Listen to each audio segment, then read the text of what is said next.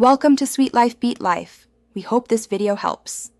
In this video, I will show how to make vegan tiramisu, a delightful, plant-based dessert that truly captures the essence of the classic Italian favorite.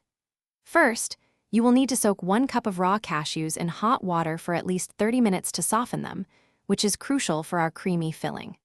Then, prepare your strong espresso or coffee, ensuring it is cooled to room temperature before you begin. Gather 250 grams of vegan ladyfingers or a similar plant-based sponge cake, along with 100 grams of dark cocoa powder, to ensure all ingredients are ready for assembly.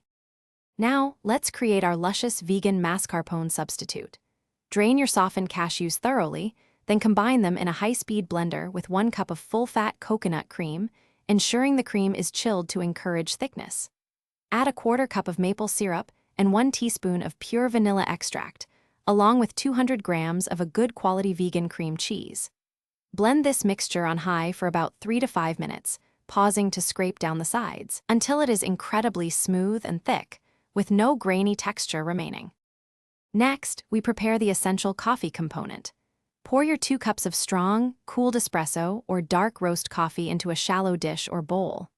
If you like, you can stir in 2 tablespoons of your favorite coffee liqueur or rum for an extra layer of adult flavor. Take each vegan ladyfinger and quickly dip it into the coffee mixture, allowing it to soak for just 1 or 2 seconds on each side.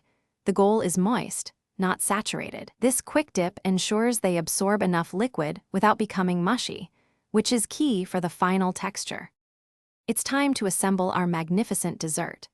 Arrange a single layer of the coffee-soaked vegan ladyfingers snugly at the bottom of a 9 by 13-inch baking dish, ensuring they cover the entire base. Carefully spread half of your rich, creamy vegan mascarpone mixture evenly over this ladyfinger layer, reaching all the way to the edges. Now, using a fine mesh sieve, dust this cream layer generously with about 1/3 of your dark cocoa powder. Repeat these layers once more, finishing with the remaining cream on top, ready for its final chill. Thanks for watching. Consider subscribing if we helped you.